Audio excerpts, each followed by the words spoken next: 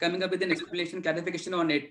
So basically on 194S, my query was one of the query was that this provision has been introduced with effect from 1st July 2022. So now, and it contains a limit 10,000 rupees for other person and 50,000 rupees per specified person for the purpose of reduction. Now, what about the transaction undertaken before 1st of July? Whether those transactions will also be included for the purpose of computing that annual limit of 10,000 or 50,000 rupees? That is also unclear as of now. No, that I can answer right now, because you have a precedent. If you see that 194O or 194Q, they all also came from 1st July or 1st October, and we issued that clarification that it will be counted. So that same clarification we will issue for this as well. Applicable for this as well. Yeah. Also, sir, there is another query which is in my mind for 194S, and that was that since these days the transactions in cryptocurrency, if I take for example, are undertaken on cloud-based exchanges. So in those cases, the seller and buyer don't even know each other. So the TDS implementation will be a big challenge. Then how the TDS will be how the TDS will be directed by the purchaser, and how the provisions will be implemented and acted upon. So that also pose a challenge for the department also with respect to implementation aspect of this provisions. See, let me tell you, implementation aspect is something which will improve with exchange of information. That was a situation even before. Your foreign income was never known to us. Although law said very clearly that your global income is taxable in India, but we had no mechanism to know what global income you have. You may be going abroad, giving a consultancy somewhere, or earning some kind of income, but we had no information what kind of global income you had, what foreign bank account you had. Absolutely. But now, but law was there that it was still taxable. Right. So for crypto also, if you carry out your transaction on crypto exchanges overseas, though we have been told that INR to crypto, currency, fiat currency to crypto transaction, you cannot undertake on foreign exchanges. Only kind to kind you can take. So whatever it is, whether you can do it or you cannot do it, irrespective of that income is taxable in your hand here, and we will get that information because international organizations are working on exchange of information mechanism for sharing information on crypto across exchanges. So that will happen. Once EOI starts, then we will have those information. Satyajit, implementation is one aspect. If you remember, that in certain situations, even the non-residents are required to withhold the tax.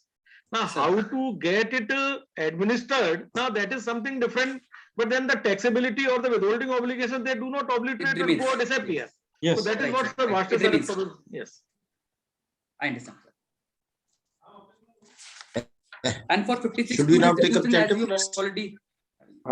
Sir आगे चलते हैं sir. अब charitable trust लेते हैं sir. Gupta sir PP साहब कैसे करेंगे, कितनी देर आपके ख्याल से in explaining so maybe this is the last one, charitable trust. This would be the last. Why? There are several. Ajay, what are you doing? और कौन सा point identify किया? I'm sorry. Taran? Then section 68 is there, 79A is there, 133A is there, 194. छोटे amendments को क्या देखना? 133 is very important. Sir, trust Gupta ji ने पढ़ा है, मैंने नहीं देखा, हालांकि थोड़ा बहुत देखा है मैंने, पर इनमें तो बहुत सारी ऐसी चीज है. राकेश अजय, आइडिया ये था कि मैं I'll just try to finish within half an hour and then that we can take. एक मिनट वार्षिक साहब, आपका क्या कह रहे थे? ट्रस्ट जब चालू कर रहे थे, मैं कह रहा था भाई 1 बजे तक खत्म कर दो. जैसे अभी समय है साहब 12:02 है, तो सब इसमें देखिए साहब, हमारे को एक दिक्कत ये हो जाएगी. आप थोड़ा माफी चाहता हूँ, राकेश जी ने आपने देखा किस तरीके से रिएक्ट किया है. We can't survive without him. तो इनकी जो सेंटिमेंट्स हैं सर, वो this has to be respected sir. आपको तो 12:30 बजे तक ट्रस्ट कर दीजिए, उसके बाद में राकेश जी को दे दीजिए. मैं ऐसे कर लेते हैं.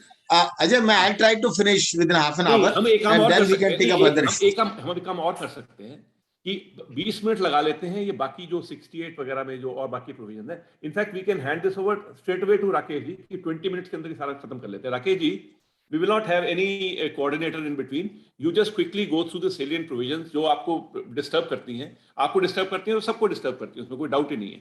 और फिर वो in 20-25 minutes we finish it, sir. Is that okay with you, sir? Yeah. And then we hand it over to VP Gupta. VP Gupta will close by 1 o'clock. VP ठीक है? ठीक है, it's okay with me. Rakesh ji start हो जाओ बिल्कुल। Sir मैं पहले 153 से शुरू करूंगा सर। 153 और 153B।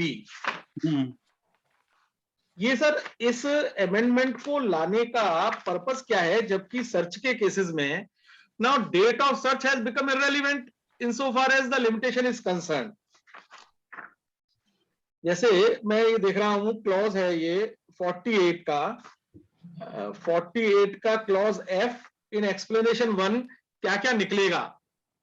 उसमें एक है the period not exceeding 180 days commencing from the date on which a search is initiated under section 132 or a requisition is made under section 132A and ending on the date on which the books of account or other documents or any money, bullion, jewelry, valuable article or thing seized under section 132 or requisition under section 132A as the case may be are handed over to the assessing officer having jurisdiction over the SSE। इसमें मेरे 2 point है sir. एक तो जब तक आप sir 132 subsection 9 capital A में जो 60 दिन है उसको आप नहीं हटाएंगे, तो ये जो सेक्शन है 180 डेज वाली, ये तो दोनों they will fight against each other. वहां पर लिखा हुआ है कि 60 दिन के अंदर दे दिया जाएगा असेसिंग ऑफिसर को।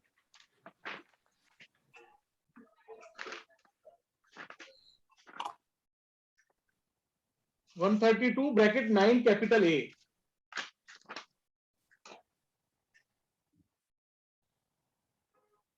हाँ ठीक है समझ गए गुप्ता जी, हाँ समझ गए, आगे बढ़िए। ठीक है सर। हाँ, दूसरा सर इस 153 में ये टाइम निकालने का क्या ओकेजन है, जबकि 150 सर्च के केस में तो जो 153 है वो है 3 सालों का जो असेसमेंट होगा उसमें टाइम लिमिटेशन है 9 months from the end of the financial year in which the notice under section 148 is served. तो और वो 148 के नोटिस तो हम देखते हैं स्टैगर्ड वे में साल दर साल वो सर्व होते हैं। तो ये किस सिचुएशन को कवर करने की कोशिश है सर? ये सर्च ईयर को।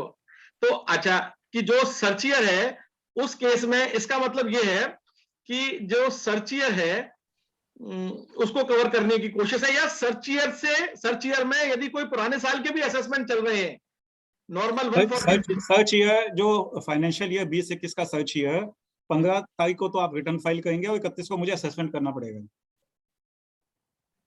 अच्छा, ये मैं इसको मैं समझ लेता हूं क्योंकि अच्छा इसी तरह 153B में है। हाँ वो सेम ही हो गया ना वो। ठीक है सर। एक्चुअली क्या है कि मैं आपको बता देता हूँ कि ये प्लान तो उस हिसाब से किया था कि वो जो अगर 20-21 वाला सर्च ईयर है उसका असेसमेंट मुझे 31 मार्च अभी 22 तक करना है और रिटर्न आप फाइल करेंगे 15 मार्च 22 को हमने डेट एक्सटेंड कर दी है, तो मेरा असेसिंग ऑफिसर तो कुछ कर ही नहीं पाएगा। सो यानी कि ऐसे बता दूं, एक मिनट लेट मी कंप्लीट। जी पिछले सैटरडे को आपने जब सर्च का चालू किया था ना, हालांकि बीच में रोक दिया था बाघवा जी ने, लेकिन आपकी आत्मा मेरे अंदर घुस गई थी। तो उसके बाद में मैंने इस प्रोविजन को, रात को मुझे सपने आए इस प्रोविजन के, तो मैंने अगले दिन जाके बता दिया कि यार इसको कुछ चेंज करना पड़ेगा, नहीं तो ये जैसे गुप्ता जी कमियां निकालते हैं ना, मैं खुद ही कमियां निकालने लगा उसको। मैं सर कमियां नहीं निकालता, वो किताब रिवाइज कर रहे हैं ना, इसलिए सर इसको पढ़ने की कोशिश की तो वो समझ में नहीं आया। लेकिन सर इसमें एक प्रॉब्लम आएगी सर। हाँ, इसमें क्या है कि सपोज जिस दिन सर्च हुई उस दिन हमारे पहले साल का भी असेसमेंट चल रहा है, तो ये सिचुएशन वहां के लिए भी काम आएगी आपको, क्योंकि वो यहां पर एबेटमेंट का कॉन्सेप्ट तो है नहीं जो 153A में होता था। तो यहां तो इवन सर्च होने के बाद यदि कोई असेसमेंट चल रहा है वो भी पूरा करना होगा, बाद में उसको 3 साल के assessment reassessment automatically on the basis of deemed information suggesting escapement of income वो भी करना पड़ेगा, क्या हो सकता है। तो जो असेसमेट चल रहे हैं उनके लिए भी ये काम आएगा, वरना मालूम पड़ा आपने उनका असेसमेंट कर दिया, बाद में एसएससी कहे कि साहब ये इंफॉर्मेशन तो इनके पास ऑलरेडी थी, तो लिहाजा ये change of opinion on the same set of fact, मतलब वो सारे आर्ग्यूमेंट फिर वरना आ जाएंगे। तो ये हो सकता है उस चीज के लिए भी काम आए। मतलब ये कयास है, मेरे राजकुमार जी के कयास हैं। तो अब जैसा आपने बताया कि केवल सर्चियर, आपके माइंड में केवल सर्चियर था, तो चलो इसको हम यही मान लेते हैं सर्चियर था, लेकिन आप इस बात को ये भी देखिएगा कि जो असेसमेंट ऑलरेडी चल रहे हैं उसमें भी ये काम आएगा। ओके, ठीक। देन सर 194 IA, 194 IA में आपका ये कहना था, आपका नहीं कहना था, मतलब जो लगता है कि 1% ऑफ स्टैम्प ड्यूटी वैल्यू शायद मिसमैच होता था, कि जो 26 QS होता था वहां पर कुछ वैल्यू होती थी और SSE की रिटर्न में कैपिटल गेन के लिए कुछ वैल्यू होती थी, लेकिन वो मिसमैच अभी भी एड्रेस नहीं हुआ सर, क्योंकि यहां तो रजिस्ट्रार कहेगा 194 IA में स्टैम्प ड्यूटी वैल्यू 2 करोड़ रुपए, 2 करोड़ पे 1% दे दो, जबकि SSE के लिए 2 कंसेशन है 50C में। पहला कंसेशन ये है कि स्टैम्प ड्यूटी वैल्यू यदि एक्चुअल वैल्यू से 9% ही 10% ही ज्यादा है तो एक्चुअल सेल कंसीडरेशन ही उसका कंप्यूटेशन कैपिटल काम आएगा, कैपिटल गेन कैलकुलेट करने में, जो कि रजिस्ट्रार उसको कहेगा भैया 1% तो आप 2 करोड़ पे काट दो, चाहे वहां 1 करोड़ 90 लाख रुपए है, वो तो कैपिटल गेन 190 के हिसाब से निकलेगा। एक तो सर ये इसको एड्रेस नहीं करता। दूसरा, वहां 50C में फर्स्ट और सेकंड प्रोवाइजो दिए हुए हैं कि as on the date of agreement, whatever is the stamp duty value that may be adopted if part of the consideration is paid to the banking channel। तो अब suppose किसी दिन date of agreement के दिन suppose 1 crore रुपए value थी stamp duty की और 3 साल बाद फ्लैट की रजिस्ट्री हुई, वो 1 करोड़ 60 लाख हो गई, तो रजिस्ट्री के वक्त तो 1 करोड़ 60 लाख पे 1% कटवाएंगे, लेकिन कैलकुलेशन करने के लिए चूंकि part of the consideration has gone through the banking channel, वो जो कैपिटल गेन ऑफर करेगा वो 1 करोड़ में करेगा, तो मिसमैच तो फिर भी आ जाएगा। तो इस 194I को has to be brought in line with section 50C and 43CA के जो प्रोवाइजोज हैं फर्स्ट, सेकंड, थर्ड, उनका इफेक्ट भी सर इसमें आना चाहिए, ये मेरा मानना है सर, वरना मिसमैच तो सर फिर भी रहेगा। देन सर आपने एक पेनल्टी 271AA इनिशिएट की है, उससे पहले 271AA, AAC, AAD में कहा कि असेसिंग ऑफिसर के अलावा कमिश्नर अपील भी लगा सकते हैं, उसके तुरंत बाद ये सेक्शन नहीं लेके आए, इसमें केवल असेसिंग ऑफिसर ही है, तो फिर 2-3 साल बाद फिर हम शायद तो कमिश्नर अपील को लेके आएंगे।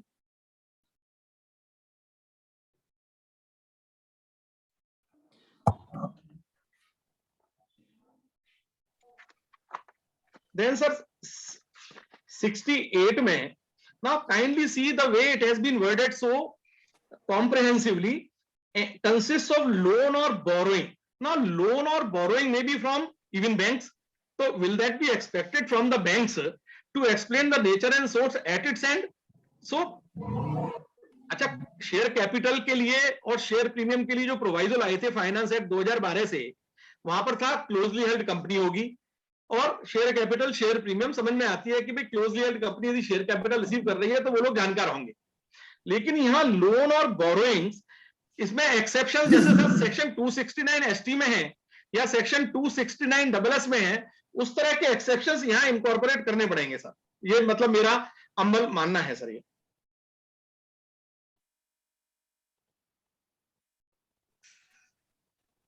और एनी सच अमाउंट, हालांकि such amount means that has to be in the nature of loan और बोरोइंग, लेकिन इस पर sir litigations can not be ruled out, because हमारा अटेम्प्ट लॉ में ऐसा होता है बनाने का कि लिटिगेशन ज्यादा हो, कि अब जो advances in the ordinary course of the business मुझे मिलते हैं, अब सपोज कहने लगे और एनी सच अमाउंट, तो इसको थोड़ा मतलब चाहे एडवांस एक्सक्लूजन में आ जाए, इस तरह का आ जाए, वो एक देखने वाली बात है सर। राकेश मैं इस पे 1 सेकंड के लिए रोकूंगा, 1 सेकंड के लिए। हाँ, You see what is the meaning of a loan and what's the meaning of a borrowing? ये बड़ा स्टैंडर्ड है, if you look at any of these dictionaries, black वगैरह में देखेंगे तो आपको पता चल जाएगा। Borrowing is a generic term which describes all manner of loans. And what's a loan? Loan is given for usage of money. Loan is raised, not given. Loan is raised for usage of money. Yes. And the understanding is that it is to be returned back in the same form. आपने पैसा लिया, आपने use किया, आपने वापस कर दिया। तो इसका जो कलर लोन और बोरोइंग है, वो पैसा लेना और वापस देना, उसको यूज करने के बाद, this is what is loan और बोरोइंग। और सेम एजुएस अगर आप प्रिंसिपल लगाएंगे और एनी सच अमाउंट, वो भी इसी का कलर होगा। तो जो आपका ट्रेड एडवांस होगा या बिजनेस एडवांस होगा, वो लोन और बोरोइंग का कलर ऑटोमेटिकली निकल जाएगा। That is not included, that's not included. I said basics only. Advance against property है, आपने प्रॉपर्टी उसको वापस कर दिया, अगर आप नहीं कर पाए तो वापस कर दिया, it doesn't become a loan. Trade advance है तो इन्होंने स्पेसिफिकली मेरे ख्याल से इसको एक्सक्लूड किया है बाय सेइंग लोन और बोरोइंग और any such amount. Any such amount is just a generally, but color of loan or borrowing. Or loan or borrowing. That's the point. I just want. Yes. अब section 79A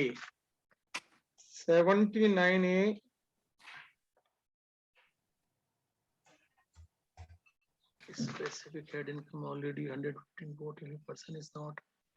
Yes. Now kindly see the definition of undisclosed income, and the same definition is there under section 271 AAB and earlier in 271 AAA.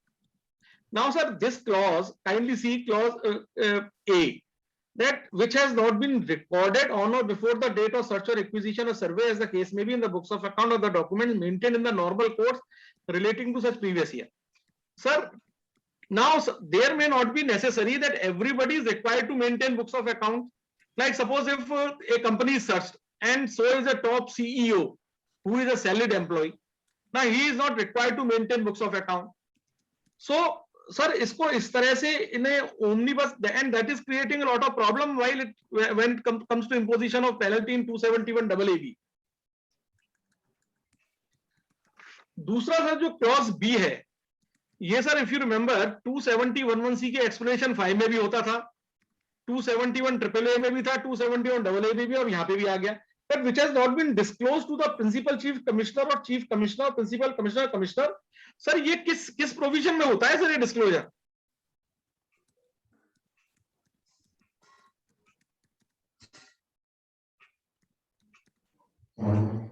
Now this phrase, according to my humble understanding, is now coming, I mean, as more as a ritualistic, because there is no provision under the Income Tax Act whereby a person is required to disclose to the principal chief commissioner or commissioner.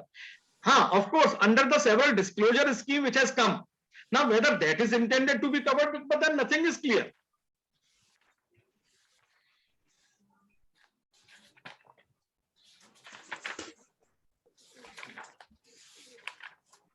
Sir, 79 में if I come in, sir, इसमें prospectivity भी sir, retrospectivity भी sir एक issue है sir, because this is being made applicable from AY 22-23 sir.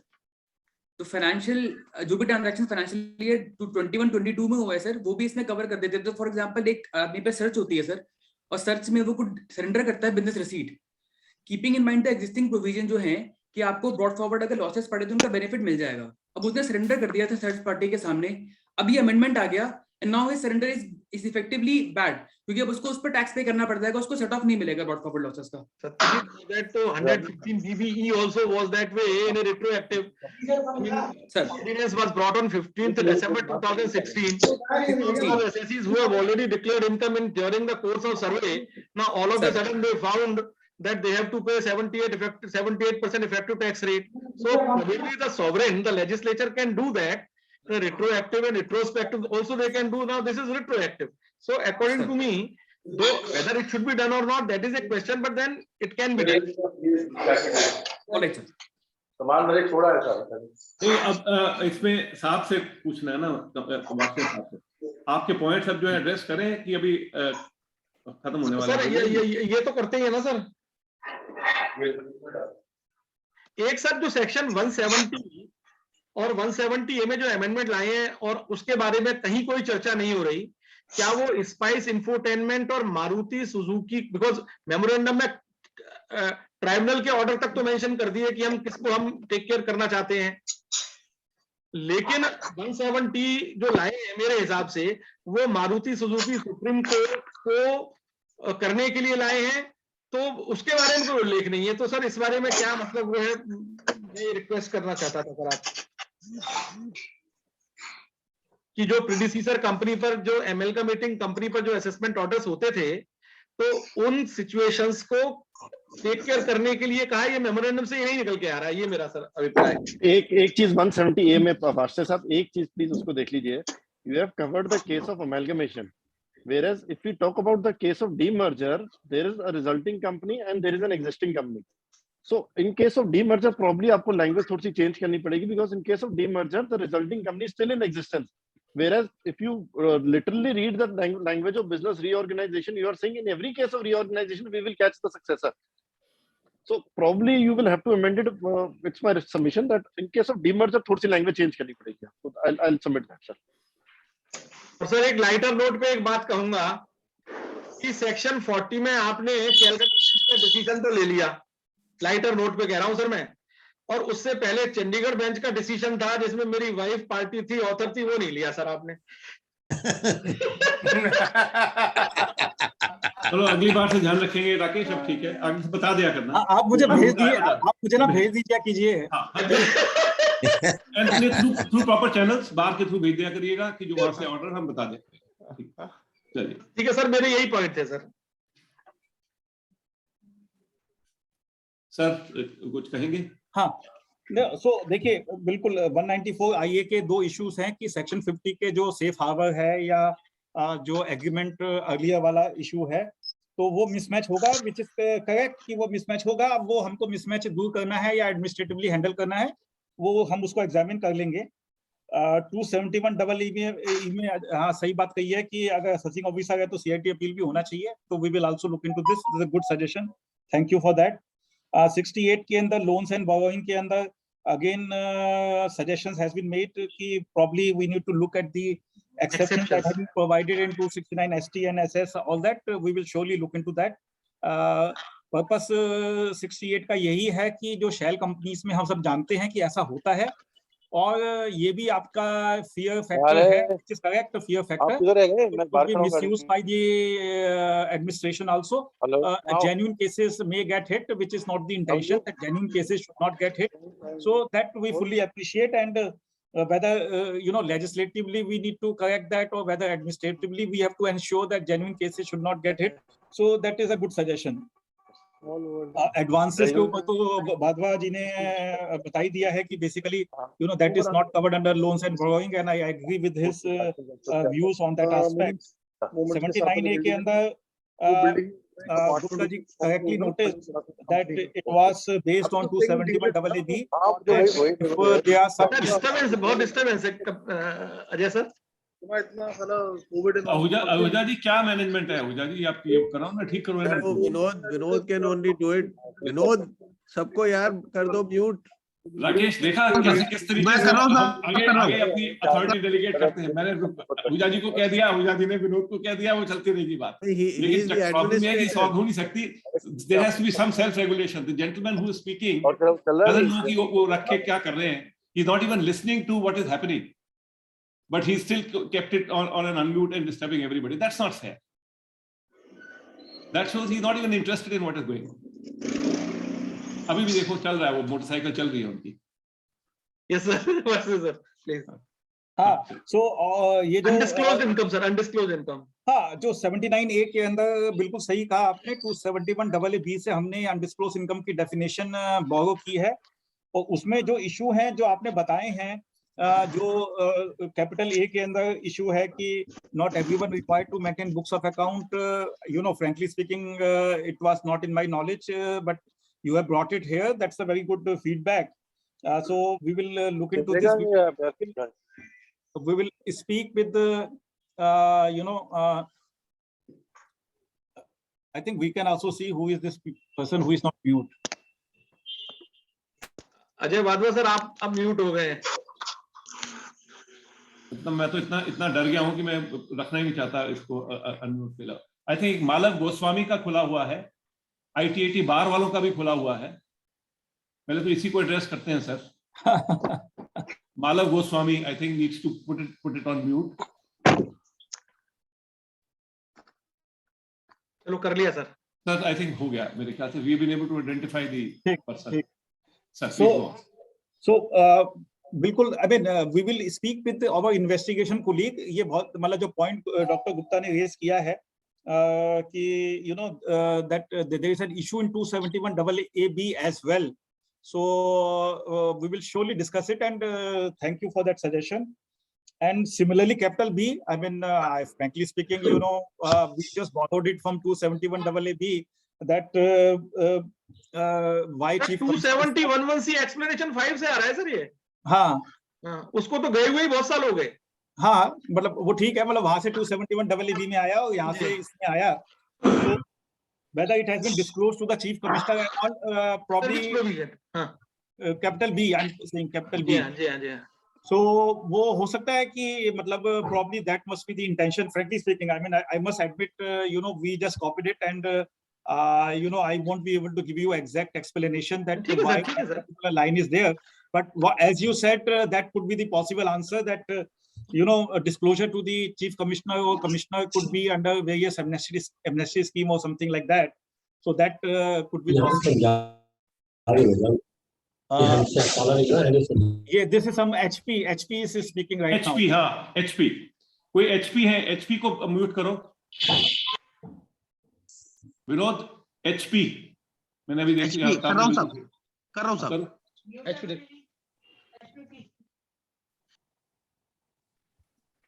और इनसे बात भी करना इसके बाद. Some penalty from the bar. Sir एक सर 56-10 में वो 10 लाख रुपए वाली गलती हो गई है एक. नहीं, गलती नहीं हुई है. नहीं, अच्छा. वो गलती नहीं है. अच्छा, नहीं है सर वो. नहीं है. देखिए आप, this is how the drafting is to the extent. See what 56-10 says ki income exempt to the extent it does not exceed 10 lakh rupees. So that means ki to the extent 10 lakh rupees is exempt and beyond that is not exempt. Correct. And that set of drafting is also used in Rule 3. If you see Rule 3 में वो जो coupon दिए जाते हैं जिसमें एक monetary limit लगाई हुई है, उसमें भी एग्जैक्टली यही वर्डिंग यूज हुई है. सर मेरे सामने एक्ट खुला है सर. हाँ. That provided, there's a differently place, sir. Provided that this clause means ABC shall not apply to any sum of money or any property received. फिर है received from any person, from any other person or persons to the extent that such sum or aggregate of such sum does not exceed 10 lakhs of rupees. Yes. That means if we read proviso, then the moment it exceeds 10 lakh rupees, then this proviso that this clause shall not apply to any sum of money, then it goes. No. Sir, No. If to the extent word were not used, then your interpretation is correct. So you are reading ignoring to the extent. Sir, that I mean आप पढ़ लीजिएगा, उसका मतलब ये निकल रहा है कि the moment it exceeds 10 lakh rupees, तो जो ये प्रोवाइजो है ये फिर बिल्कुल रिडंडेंट हो जाएगा. No.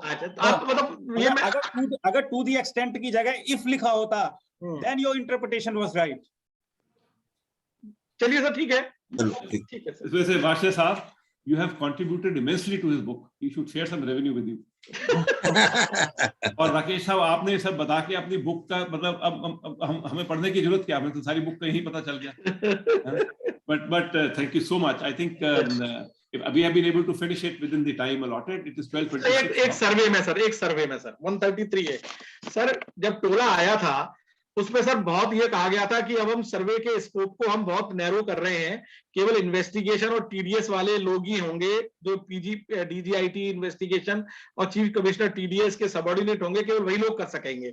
अब वो इन्वेस्टिगेशन और टीडीएस को हटा दिया, ठीक है. उसमें आगे लिखा हुआ है as may be prescribed by the board, ये भी लिखा हुआ है. लेकिन अब ऐसा लगता है कि सारे अथॉरिटीज जितने भी मेंशन है डीजीआईटी और चीफ इन्वेस्टिगेशन के नीचे तो सारे ही हैं, तो सारे फिर इसका मतलब नॉर्मल सर्वे फिर मतलब ऐसे ही चलेंगे जैसे पहले चलते थे. नहीं, ऐसा नहीं है. एडमिनिस्ट्रेटिव कंट्रोल होगा, बट कुछ इश्यूज तो थे ही ना, कि जैसे इंटरनेशनल टैक्सेशन है.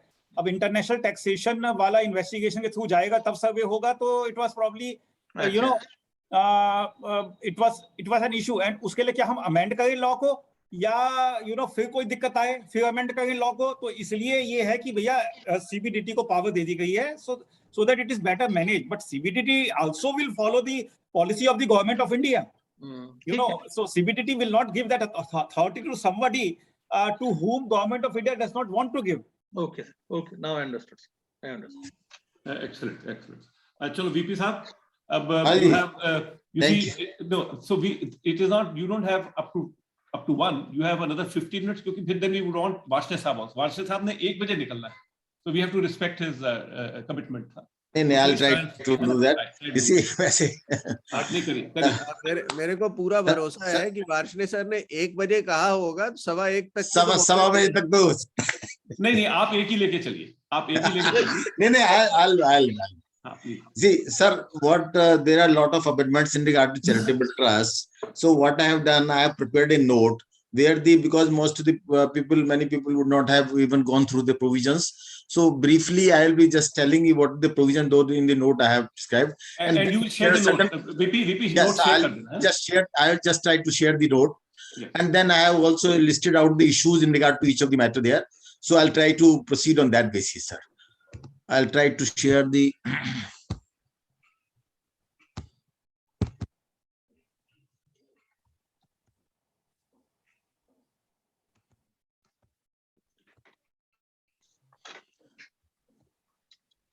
Whether my note is visible to everybody? Yes, sir. Yes, sir. Yes, sir. Hello? Yes, Yes, sir. Okay. Sir, right. Sir, with a view to match, there are two sets of provisions, as has been stated in the memorandum also, and as we know, governing the charitable trusts. One set of the provisions contained in section 1023C, and another set of provisions are there in sections 11 to 13.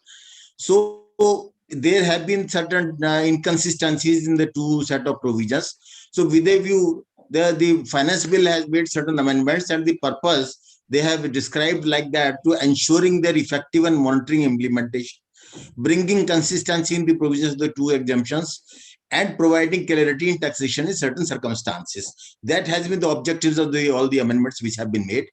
So I'll be just taking one by one amendment. So principally, firstly, I may just say that when there are a lot of efforts have been put in to bring the two set of provisions in the same way, same manner. But these two things small I have noted in regard to the which have still there is a inconsistency, maybe because of the overlooking the things. One is that the section 11 provide that in the expansion 1 proviso that there is a option can be exercised for spending the shortfall in the next year or in the year in which the income is received. So that provision has not been brought in section 1023C.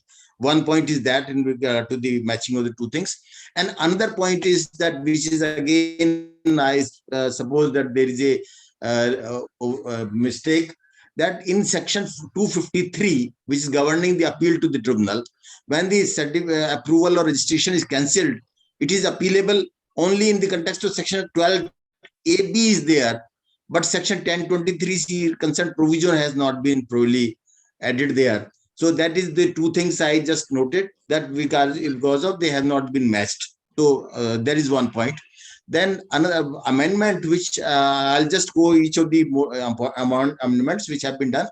As regards the maintenance of accounts, present provisions provide that audit accounts will be audited, but there was no specific provision regarding maintenance, though it was implied that once the audit has to be got done, then accounts have to be maintained. But as a matter of clarification, it has been provided that accounts will be maintained by both the sets of provisions.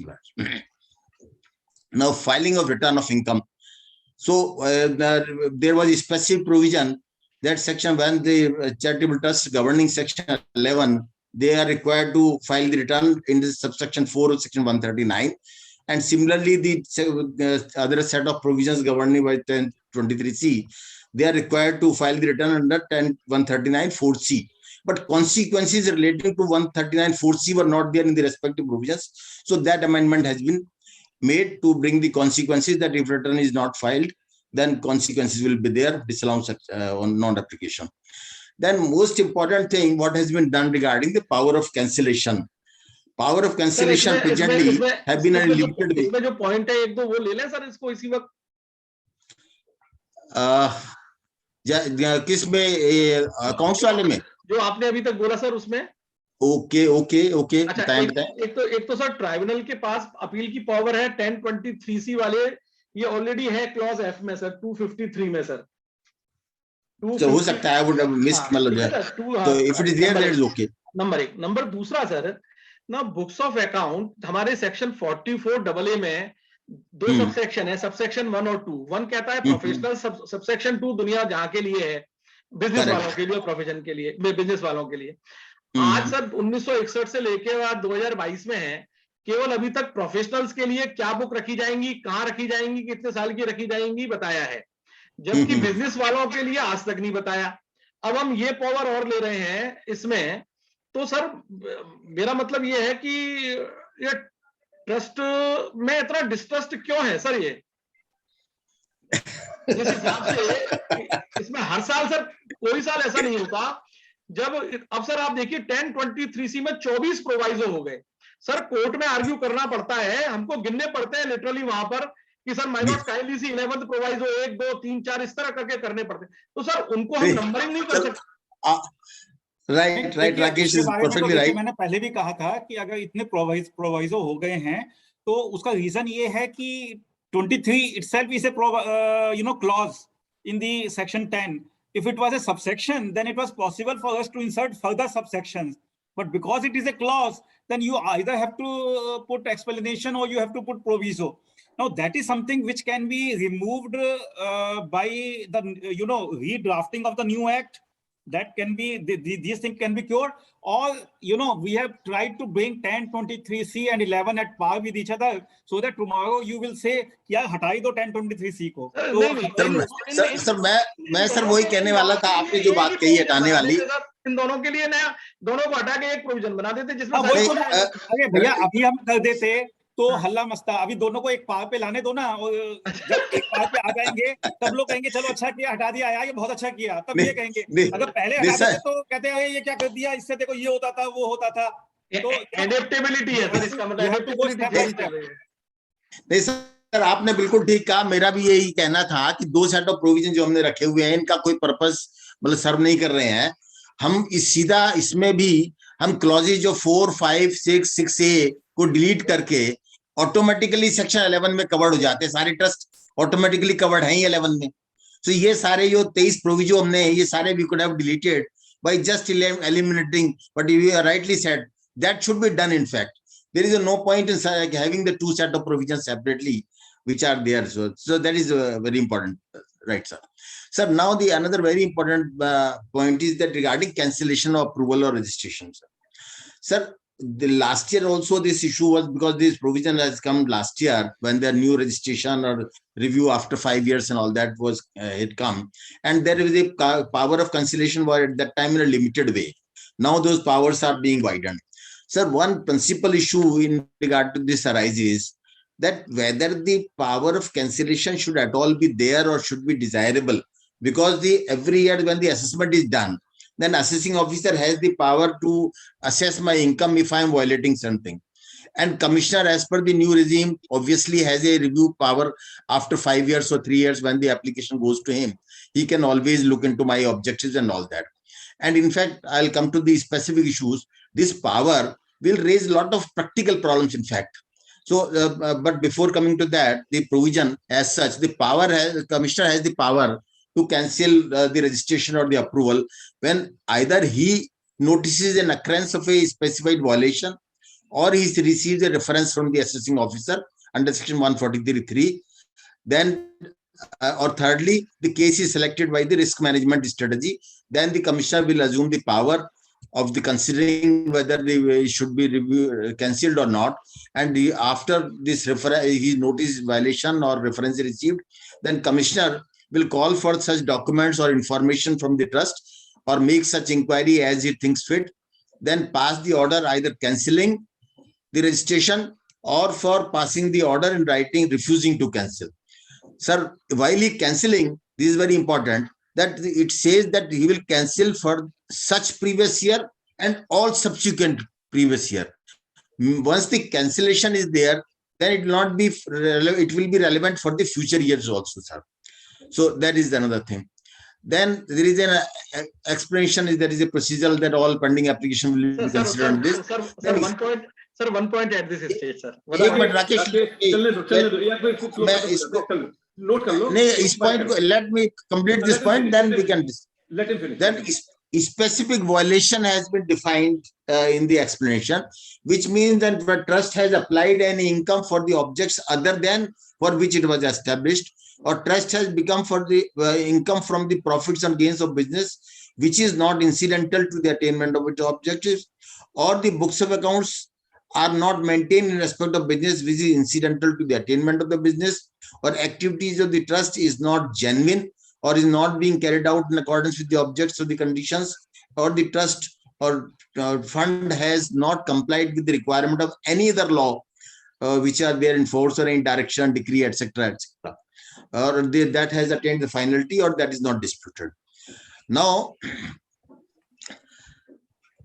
there are procedural similar amendments have been made in the other things. Now, sir, we come to the issues, sir. One point I just made that there should not be power necessary, whether it is necessary at all or not, because violation may occur in a particular year and income of that year can be taxed without affecting the other assessment years.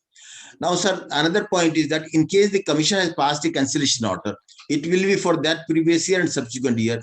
What is the remedy available to the SSE apart from contesting? One way is that he will be filing an appeal against this order. But in between, what can be done? Say subsequently it happens that the cancellation was proper. Then what will happen to all intervening years? Can he make a fresh application, or what can he do? There is no remedy appears to be available as on presently as per the law, that once he cancelled, say after doing the necessary modification, he should apply for the fresh registration, or what should be done? There should be some clarity on that aspect. And similar next point, that in case registration approval has been cancelled. See, Sir, let us try to understand that right now that clarity is not there. In fact, we have provided clarity. Now, if you notice a specific violation, what Sir. should assessing officer do? Whether assessing officer should first cancel it, or he should make the addition, deny the exemption and addition. And when he make the addition, what should he tax? What he should not tax? There is absolutely no clarity right now. This seeks to just let me complete. No, I mean, I don't interfere. So, sir, So please. just 1 minute. This finance bill is seeking to provide that clarity. Now, what it says that there are some minor violation. Minor violations are that you are not maintaining books of account, you have not got it audited, or you are carrying out business which is not incidental to the object. For these minor violations, we will not cancel the registration, and we will tax on net basis. We will also allow expenses. Correct, Now, correct. Even for these minor violations, earlier the assessing officer was not clear, the judiciary was not clear, you tax consultants were not clear that what should be taxed. Whether the entire gross amount should be taxed or net basis should be taxed. So we have made it clear that no cancellation for this, only net amount should be taxed. In BCCI case, you saw that on that 215 proviso, that it was cancelled. The registration was cancelled. We have made it clear, don't cancel the registration, just tax the income on net basis. Then there are some major violation, which we call it a specific violation. That means you are not at least confining to the object for which you are established. Now, these are major violation. For that, your registration should be cancelled and you should be taxed at a special rate, which has been provided now, so that clarity is there. Now, if you do not, undergo that remedy, that either you get a favorable order from the court or you seek fresh registration, till then you will be assessed under the new proviso, which is 115 BBI. So that is a special provision. So that clarity is there. Obviously, if assessing officer action is not in accordance with law, then judiciary is there to give relief. Sir, Sir, you are perfectly right. As far as the competition part is concerned, there is a welcome step that was required. In fact, that is very rightly done. I'll come to that point also. But sir, the only point is that, as you said, that in case there is some violation in a particular year, assessing officer should have the power and has the power to determine the particular income, considering that there is a violation in that situation. Then he will tax the income of that, maybe at a special rate what you have provided. There is no problem as far as that. But in 1 year there is a violation, in the next year there may not be any violation. So once the violation is there in a particular year, then this cancellation will affect all future years also. That is the point I just wanted to make, sir. No, which is deliberate, because these are major violation. If you do major violation, then your registration should be cancelled or approval should be denied. That's a conscious call, but not for small violation. For example, 11.5 violation is there, only that part of income will be taxable. So, but not confining to the object for which you are established. Now, these are major violation, and it's a conscious call by the policy makers that for that, all your registration for this year as well as future year should be cancelled. Yes, sir, in that situation, you are perfectly right, sir, what you are saying. I respect that. But the point is that whether the trust should immediately amend his objects or make the fresh application, or what steps are in between years also there will be difficulty, and that can again be a matter of dispute whether the object expanding is for the objects or beyond the objects. That can again be a matter of litigation. So that is the point I just wanted to make. Let us try to understand. You know, it was also said by Dr. Gupta that you don't trust the trust. If trust is not applying its money for the object for which it is established, it is trust who is breaching the trust of the people of India. The government has given you exemption. Government is not taxing your surpluses. Why? Because you are helping some genuine cause. But if you are not doing it and taking exemption, that exemption must be withdrawn. नहीं sir, इसमें मेरा एक point Sir, Rakesh VP. Yes. Sir, now here it is the word of the assessing officer vis-a-vis the word of the assessing, and the report of the assessing officer to the PCIT, and the whole thing is gone. There is no appeal which is pending, which is awaited. The assessing officer says there is a major violation. The PCIT says all right, because and another very important, interesting thing that you mentioned is that if he rejects, he has to communicate. If he doesn't reject, he still has to communicate. So yeah, in fact, you put a pressure on him to err in favor of the revenue always. Number one. Number two, let us take the case of a hospital. Now, hospital, anybody who's a student of law can sit and say, decide both ways. Any hospital he picks up, he says, "This is a major violation, it's business activity." I can argue and convince you it is business activity for any hospital which is running as a trust today, and vice versa. So what I'm saying is, by doing this, I understand it. So what you have basically done is, you have brought in punishment proceedings. Now you are angry with the hospital. You say he doesn't oblige you, or I'm using that word, wild word. You say, all right, you have, I consider this as a violation. I consider this as business activity. I cancel it and cancel it forever and irretrievably. Now, is that not? No, there's a factual mistake. Factual mistake, let me point out. For business activity, there is no cancellation. There is no cancellation for business activity. We have made it very clear. In fact, that is why it is improvement of the existing proviso. Under existing proviso, you were cancelling for carrying out business activity. So, sir, what is a major violation? So, what's a major violation, sir? That you are not, you are passing benefit to the trustee. You are not, carrying out your purpose according to the object. That is again very subjective. Now, let us say I have a trust where I have doctors who are trustees of the trust, and they are taking money for their services. You see, my only point is, I'm in the act, that is services, that is not benefit to the question discretion का है. मैं खाली ये कहता हूँ, जो एक बात इनकी है कि आप खाली assessing officer के हाथ में मत रखिए. Wait for the first appeal for the major this thing, because it's a very harsh provision where you are cancelling forever. You cancel, but you given or once you cancel, give an opportunity. कि भाई ठीक है, आप इसको within this period ठीक करें, we will be considered. But ये क्या मतलब हुआ कि आपने observe किया assessing officer ने without it going through the process of adjudication, and you cancel it irretrievably. See, you cannot keep on waiting. See, every action of the assessing officer is subjected to judicial review. Let us try to understand what was the position so far and what is the position after Finance Bill 2022. Finance Bill 2022 is giving an improvement to the current situation. It is making it very clear that, in a sense, that in this situation, you cannot cancel the registration. And in this situation, if you cancel the registration, that this will be the consequence. How income will be determined. We have allowed even expenses to be, allowed in cases of business cases, that if you feel that it is a business case, don't cancel the registration, tax it on net basis. So it is actually an improvement on the current provision than what is currently there. You actually go through that explanatory memorandum, 22 pages are there, and it has been nicely, made into various compartments so that easy to understand. It's more, written in a manner so that, you understand the logic behind every amendment. And you will find that these, after Finance Act 2022, the position would be better for trust than what it was earlier. Rakesh, please. Yes, sir. Sir Varshney sir, एक चीज जरूर ठीक कर लेना, जो बहुत बड़ा loop hole है, मतलब कि if a trust does not go in for reapplication, or sorry, does not apply for re-registration, then this situation is not covered under section 115 TD.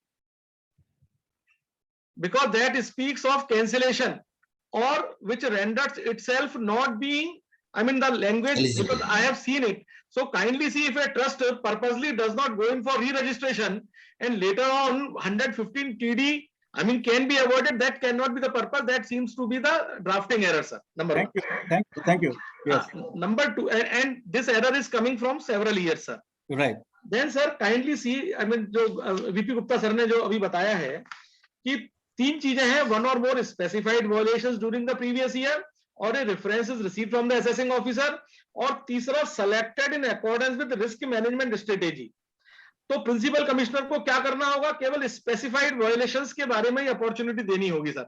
अब ये जो तीसरी चीज है, ए और बी में तो चलो स्पेसिफाइड वायलेशन आ जाती हैं, जो तीसरी चीज है, if the case has been selected in accordance with risk management strategy formulated by the board, जो नीचे जो मैकेनिज्म दिया हुआ है अपॉर्चुनिटी हियरिंग का, वो चीज, वो सिचुएशन उसमें कवर नहीं है, ना वो 1 में कवर है, ना वो 2 में कवर है, और ना ही वो 3 में कवर है, 1 और मोर स्पेसिफाइड वायलेशंस, क्योंकि सारी जगह बात सिर्फ 1 और मोर स्पेसिफाइड वायलेशंस की गई है।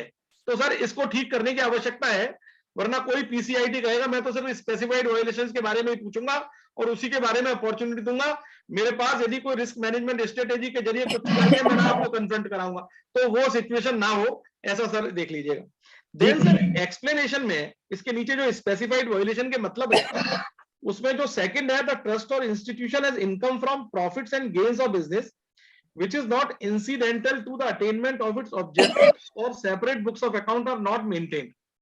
Sir, there may well be a situation, आप सर 11.4 और 11.4A, अब सपोज किसी के पास 11.4 में किसी ने बिजनेस अंडरटेकिंग ही डोनेट कर दी किसी ट्रस्ट को, अब ट्रस्ट को कोई बिजनेस अंडरटेकिंग डोनेट कर रहा है तो ट्रस्ट उसको मना तो करेगा नहीं, उसकी इनकम भी बिजनेस इनकम है, तो यदि ये क्लॉज बी इस फॉर्म में रहेगा बिना टेकिंग केयर ऑफ सेक्शन 11.4, तो ऐसे केस में जहां ट्रस्ट को बिजनेस अंडरटेकिंग ही कोई डोनेट कर रहा है तो ये तो बड़ी प्रॉब्लम हो सकती है सर, वो स्पेसिफाइड वायलेशन में आ जाएगा। This will not be specified violation. नहीं सर, वो तो 11.4 में है, जब हमको परमिशन दी हुई है कि उसकी इनकम कंप्यूट होगी, इनकम फ्रॉम बिजनेस में कंप्यूट होगी, एक तरफ तो हम 11.4 में कह रहे हैं इनकम फ्रॉम बिजनेस में कंप्यूट होगी, और फिर उसको हम स्पेसिफाइड वायलेशन कर रहे हैं, तो ये तो सर कॉन्ट्राडिक्टरी हो जाएगा, they will run counter to each other. Okay, अच्छा सर, एक कैश मेथड ऑफ अकाउंटिंग वाली बात सर एज एन अकाउंट वो गुप्ता जी ने ले लिया नहीं सर, वो अभी लिया नहीं, अभी आया नहीं, मेरा तो नोट अभी चल रहा था मैं, तो अगर आप करना चाहते हो नहीं सर, वो अब वो आप उसके बाद ही करने का कोई फायदा होगा। चलिए बीपी जी आगे चलिए। हाँ, नहीं मैं अभी जो है, जो मेरी वो वाशनी सर ने एक बात कही बीच में कि जो बिजनेस की वजह से कैंसिलेशन नहीं होगा, तो पर सर स्पेसिफाइड वायलेशन में तो जो बिजनेस भी कवर्ड है which is not incidental to my objects, या इंसिडेंटल के लिए मैं सेपरेट बुक्स नहीं रख रहा हूँ, तो उस केस में भी यहाँ स्पेसिफाइड वायलेशन में है, तो ये इसकी वजह से भी जो है यहाँ पर जो है कैंसिलेशन हो सकता है अगर मेरे, और वो ये भी इस पॉइंट पे भी बहुत एक्चुअली 215 की बात कर रहा था कि जो 215 वाला है ना वो स्पेसिफाइड वायलेशन में नहीं है। वो स्पेसिफाइड वायलेशन में नहीं है, वो नहीं है स्पेसिफाइड वायलेशन में। बट बाकी है जो भी है, ये एक चीज है, देखिए इसके ऊपर we can endlessly argue, but जो स्पेसिफाइड वायलेशंस है वो बहुत काफी वेग है। I still don't think they are very certain, and I think they give unbridled powers to the assessing officer, to the PCIT, to cause immense harm to institution, immense harm. उसके ऊपर हम बात नहीं करेंगे because we can argue it. It's very vague. The statements, the manner in which it has been drafted is very vague. Business, incidental, books not kept. अब ये तो I mean this militates the concept of a charitable trust completely, and you will see कितनी litigation इसके ऊपर होगी। 2 साल बाद हम मिलेंगे, आप देख लीजिएगा क्या होगा। Anyway, let's go on. ये तो लिटिगेशन इंसिडेंटल, मेरे इश्यूज में वही है कि बिजनेस एक्टिविटीज आर इंसिडेंटल और नॉट, ये अभी भी बहुत कंट्रोवर्शियल रहा है। जो सेक्शन 215 आने के बाद में even institute of chartered accountants का मैटर हाई कोर्ट में 3 बार जा चुका है, तो मतलब ये तो बहुत एक वाइड इशू है कि इंसिडेंटल है या नहीं है।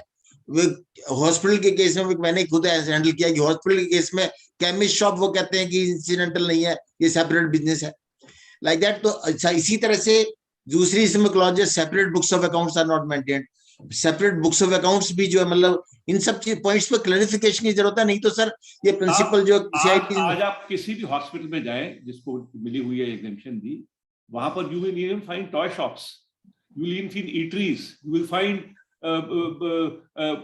Shops even for entertainment, electronics भी बेच रहे होते हैं। अब दो इncidental, one can argue very effectively that they are incidental. After all, there are people who are waiting endlessly, waiting for their patients सुबह से लेकर शाम तक, and if they are really getting, अगर कोई टॉय शॉप में भी जा रहा है, बच्चे को एंटरटेन कर रहा है, तो incidental है। I mean, that's what I'm saying. ये जो इसके अंदर further clarity is required. Perhaps we need to read this more and come back to you again on this. But it's not free from doubt at all. Let's understand.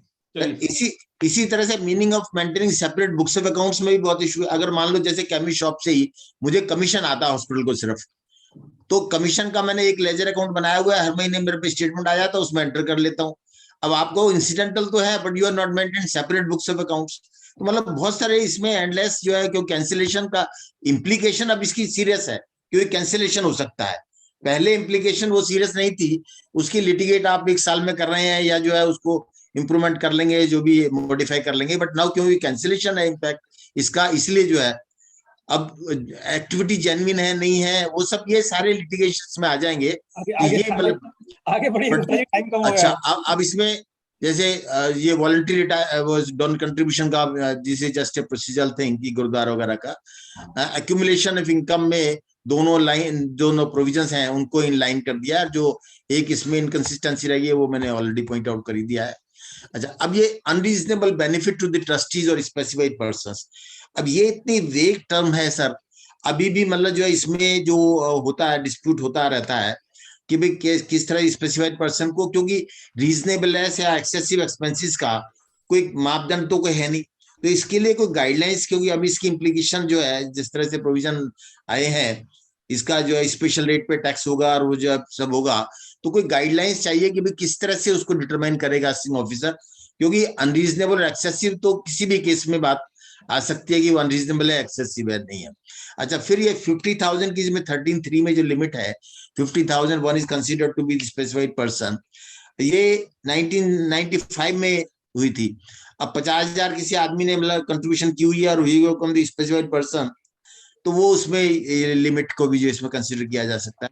Sir इसमें जो है ना ये, क्योंकि अभी इसकी इम्प्लीकेशन मैं तो कहूंगा, अगर आपने कह दें कि स्पेसिफाइड पर्सन को कोई बेनिफिट नहीं दे सकते या ट्रांसफर नहीं कर सकते, तो that will be better rather than, क्योंकि ये सब लिटिगेशन में जाने के बजाय तो कुछ ना कुछ सिंप्लीफिकेशन उस सेंस में, maybe some harsh steps are required in that way so that ki their provisions are properly implemented, but ये litigation we should avoid, otherwise तो इसमें litigation। अच्छा, actual cash payments में Rakesh you are mentioning something? Sir मैं cash method of account, उसमें अब क्या होगा, सारे trust will be perforce to maintain books of account as per cash method of cash basis. हाँ sir, as a student of accountancy हमने पढ़ा है mercantile system of accounting is much more authentic.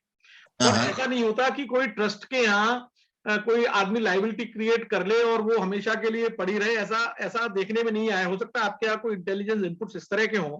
Cash method को as compare to mercantile system of accounting is considered a regressive method.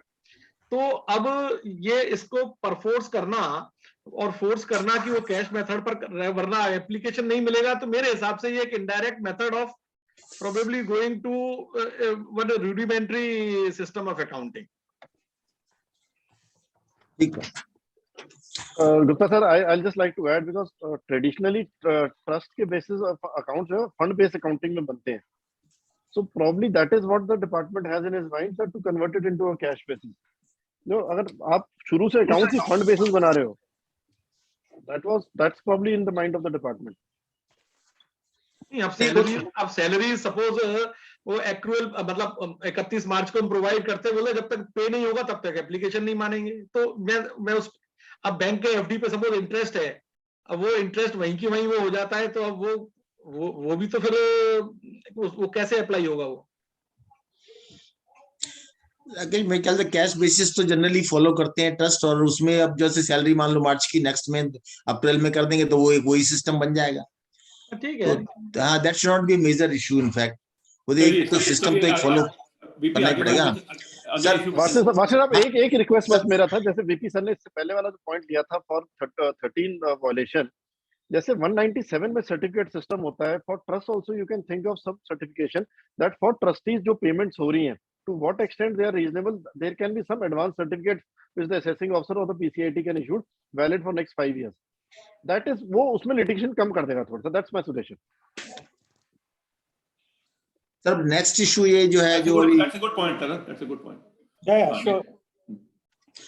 Sir next point जो है जो provision amendment है जो अभी वाशनी सर मेंशन कर रहे थे कि वो एक्सपेंसेस का डिडक्शन मिलता है, तो वो ये प्रोविजन जो है ऐड किए हैं इन्होंने प्रोविजन 22 सेक्शन 1023C में और कॉरस्पॉन्डिंग में, कि अगर मान लो किसी ने बुक्स ऑफ अकाउंट्स मेंटेन नहीं की है या किसी ने ड्यू डेट पे रिटर्न फाइल नहीं करी है या उसकी जो वायलेशन वो सेक्शन 215 की वायलेशन है, तो उस केस में उसकी जो इनकम असेस होगी वो आफ्टर डिडक्टिंग एक्सपेंसेस कैलकुलेट होगी और उसके ऊपर वो टैक्स पेबल होगा। तो उसमें जो रेस्ट्रिक्शन ये कैपिटल एक्सपेंडिचर कंसीडर नहीं होगा, और अगर कोई लोन जो एक्सपेंडिचर कॉर्पस में से किया है या बोरोइंग से किया है वो नहीं होगा। सर इसमें मेरा प्रैक्टिकली मतलब जो है आई जस्ट थिंकिंग कि एक तो जैसे अब रिटर्न फाइल नहीं करी तो किस स्टेज पे, या बुक्स मेंटेन नहीं करी तो किस स्टेज पे एसेसमेंट का या उसका इशू आएगा डिटर्मिनेशन का, that is one part of things. और सेकेंडली सर जब उसकी इनकम जो है जो उसकी इनकम आई वो इनकम के बेस पे उसको डिडक्शन देनी है, तो ये कॉर्पस में से एप्लीकेशन, क्योंकि टू दैट एक्सटेंट मान लो किसी की 10 लाख रुपए इनकम है तो उसी में से खर्च कर रहा है, उसकी इनकम एक्सपेंडिचर अकाउंट जो उस साल का है वो तो वही रहेगा। तो 10 लाख रुपए अगर उसकी इनकम है करंट ईयर की जो उसने रिसीव हुई है उसी के बराबर उसको एक्सपेंसेस मिलने हैं, उससे ज्यादा तो मिलने नहीं है। तो कॉर्पस में से एक्सपेंडिचर का या लोन में से एक्सपेंडिचर का वो किस तरह से इशू अराइज होगा, I could not understand that point. May be there may be something in the mind of the legislature or at the board level, but I could not understand this provision की इसकी implication मतलब किस तरह से what has been the idea। अब इसमें जो issues मैंने जो है किए हैं, एक तो firstly I have noted this is a welcome step that this will avoid litigation and will give some relief. Since provision section 11 and 12 will not be applicable on the account of the default, whether corpus donation will be deemed to be income। अब उसमें जो है क्योंकि जो आपकी corpus donation उस साल में आई है उसका स्टेटस क्या रहेगा, वो इनकम में काउंट होगी या नहीं होगी, क्योंकि technically section 11 will not be applicable.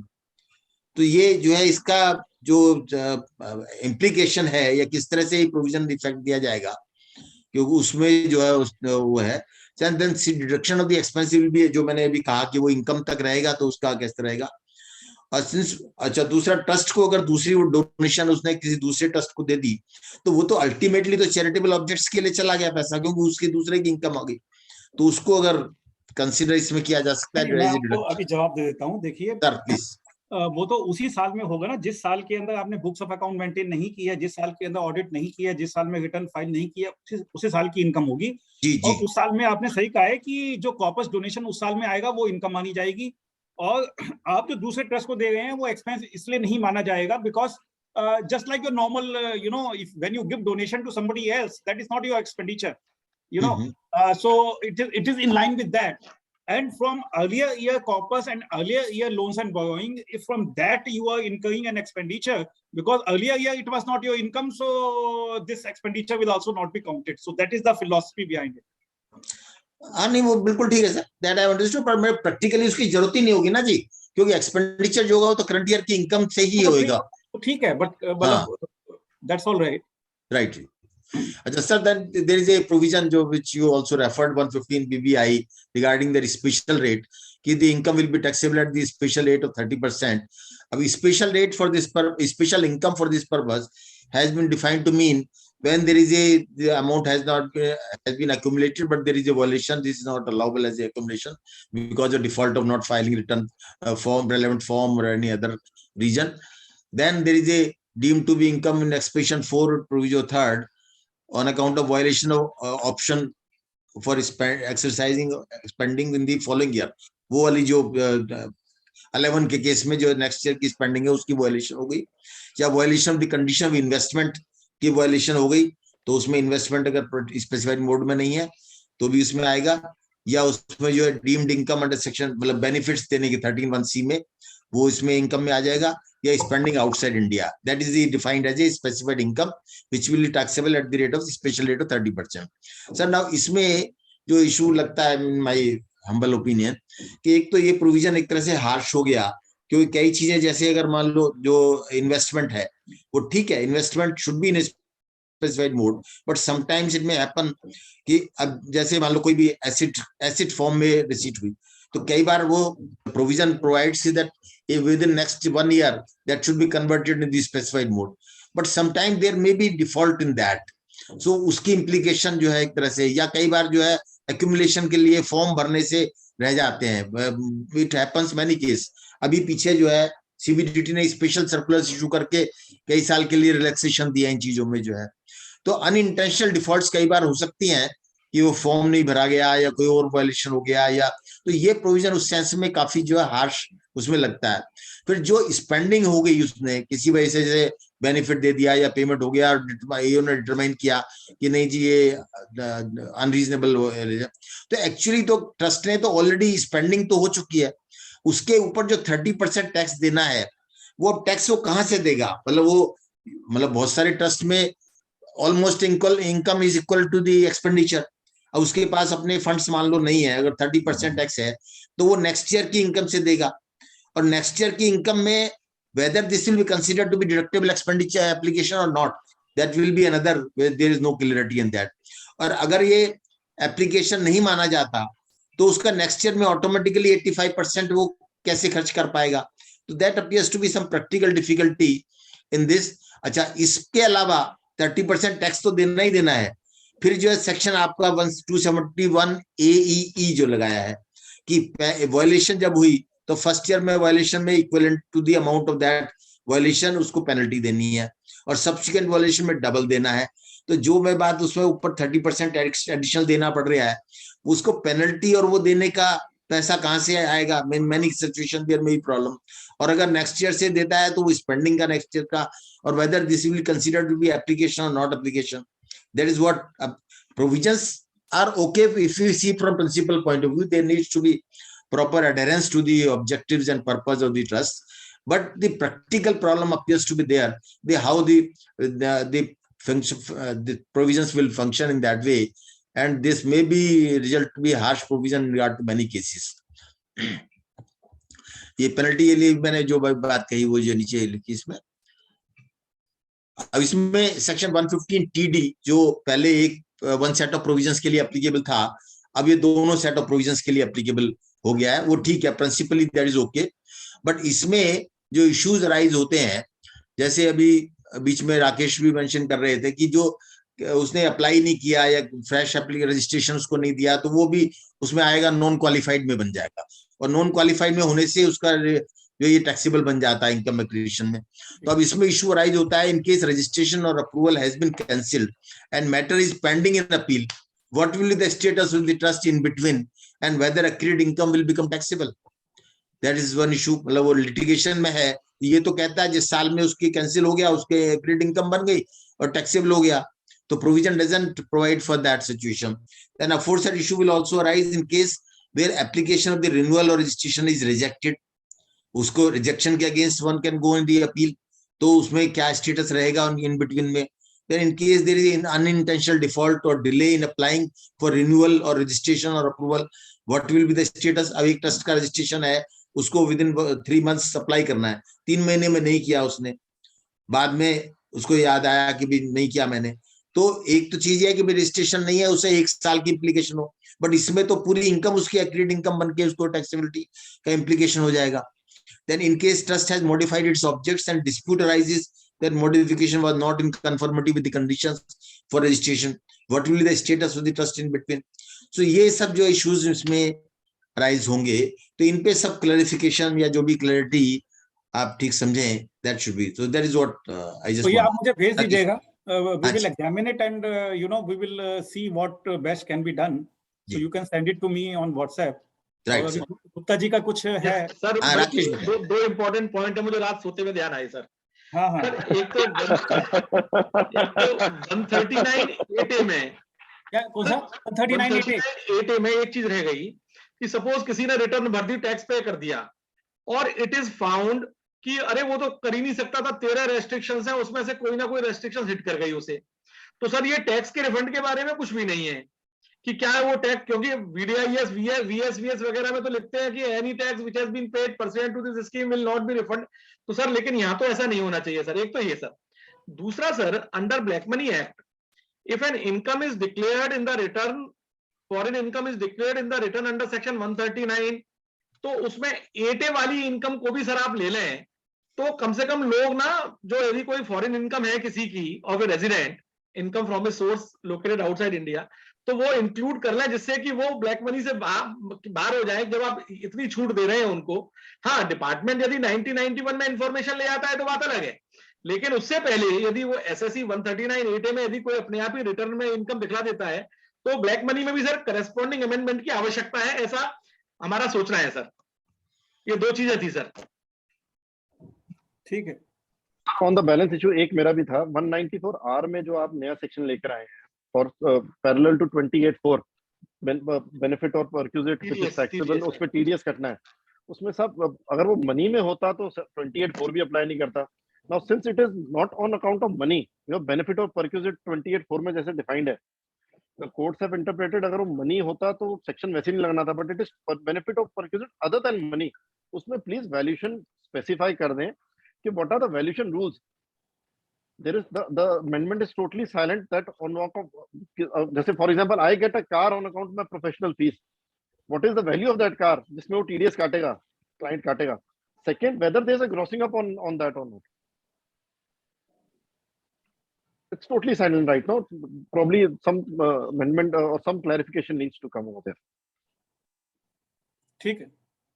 And last on trust जो गुप्ता जी ने present कराया, I'll just like to say कि by the passage of time उस ट्रस्ट की लिटिगेशन क्लियर होगी, द ट्रस्ट में वाइंड अप, थोड़ा सा प्रोविजन ऐसे कर देंगे, ट्रस्ट बाय द टाइम वो लिटिगेशन खत्म होगी ट्रस्ट रहेगी नहीं सर।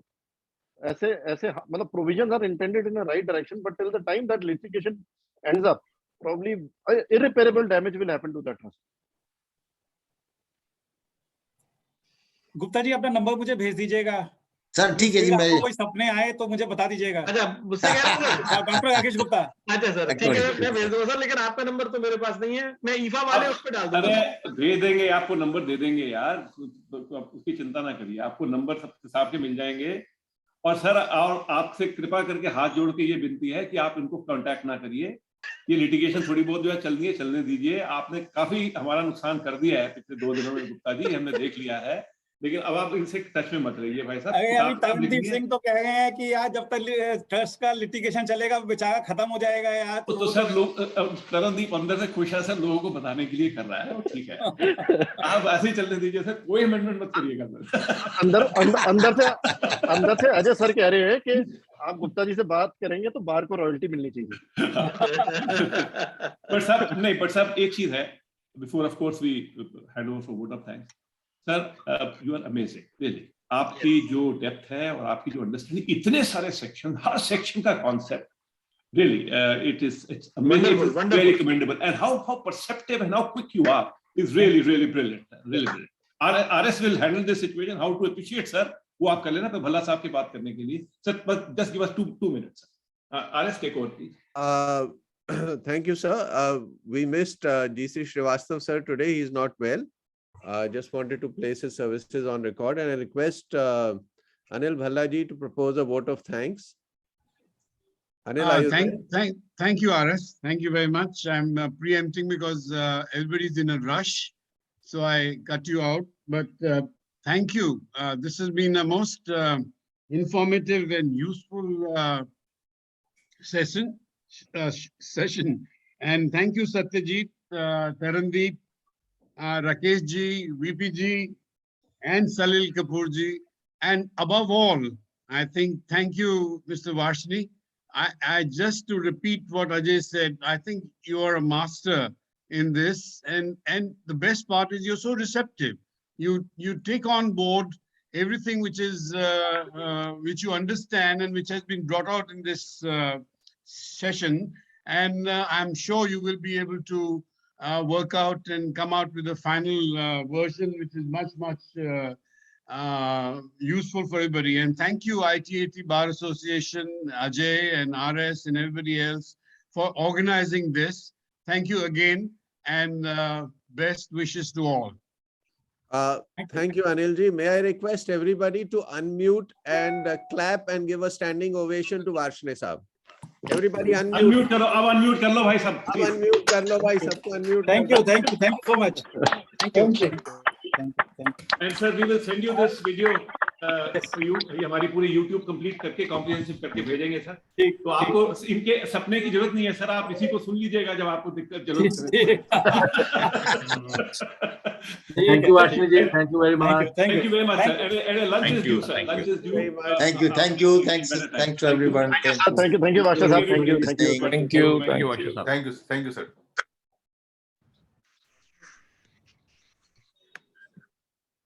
अजय जी निकल गए क्या?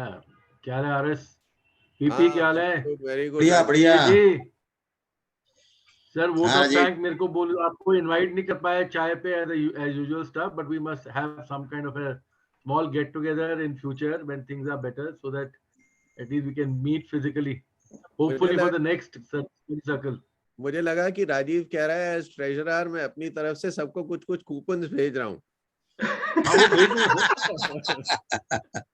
तो देखो मैं सबको दूध का पाउडर, कॉफी पाउडर ये सब भेज दूंगा पैक करके, सो दैट एटलीस्ट अपनी कन्वीनियंस में सब पी सके. Very good. जल्दी भेज दो यार कोई बात कर. RS on the lighter vein. बंद कैसे होगा? बंद ही नहीं हो रहा. Hello. क्या बंद कर रहा है? अरे यार सुन तो ले राजीव. हाँ. On the lighter vein, today I got a clip. वो कहता है सब साइंटिस्ट ने सब कुछ कर दिया, दूध का पाउडर बना दिया, चीज सब कुछ बना दिया, विस्की का नहीं बनाया अभी तक. तो वो व्हाट्सएप पे चला, वो तेरे लिए है एक्चुअली. मेरे को पाउडर पीने का बहुत शौक है ना, तो तेरे लिए पाउडर बन रहा है वो. नहीं वो कि विस्की का भी पाउडर बनवा दो. ये भी ठीक है. और राजेश जैन मिसिंग है, वो किधर है? वो आजकल नजर नहीं आते. अरे राजेश जैन को तो नहीं, राजेश जैन ज्यादा नजर आते, ऐसी बात नहीं है. He is very much there. Is in US or is in Delhi? नहीं दिल्ली में he is on bed. क्या हो गया? या फ्रैक्चर, उसको फ्रैक्चर हो गया था. फ्रैक्चर हो गया, he got a fracture. अब तो now he is much better in fact. मतलब हैंड और फुट और व्हाट? किस चीज का फ्रैक्चर हुआ? थाई में यार उसको. अरे बाप रे. थाई में. तो he was not mobile, he was on a bed for he's still not mobile, he's just yes. Very essential, then only he's moving up. Shivasa, I tell you about myself. 6 months back, I had fallen from my staircase and I broke my arm literally into 2 pieces. Still after 6 months, my arm has not got over and I'm going physiotherapy for the last 2 months. Winter में तो यार बहुत बुरा हाल होता है. Winter में बहुत बुरा हाल होता है भैया. ये मैं बात कर रहा हूँ. While I was in school, when I was in school, उस टाइम पे मेरा एक फ्रैक्चर हुआ था हाथ का. And sometimes even now also after 50 years, वो स्कूल में तो गलत हरकत करते हो फ्रैक्चर हो गया होगा. मैं बात समझ सकता हूँ, वो अभी तक तेरी चल रही है. स्कूल में तो गलत हरकत की होगी तभी तेरा हाथ फ्रैक्चर हुआ होगा. अरे अच्छा ठीक है. राजीव तुम तो शायद से राजीव सेव स्कूल से थे ना? राजीव थोड़ा ध्यान रखो, रिकॉर्ड हो रहा है भाई. रिकॉर्डिंग तो बंद करो भाई.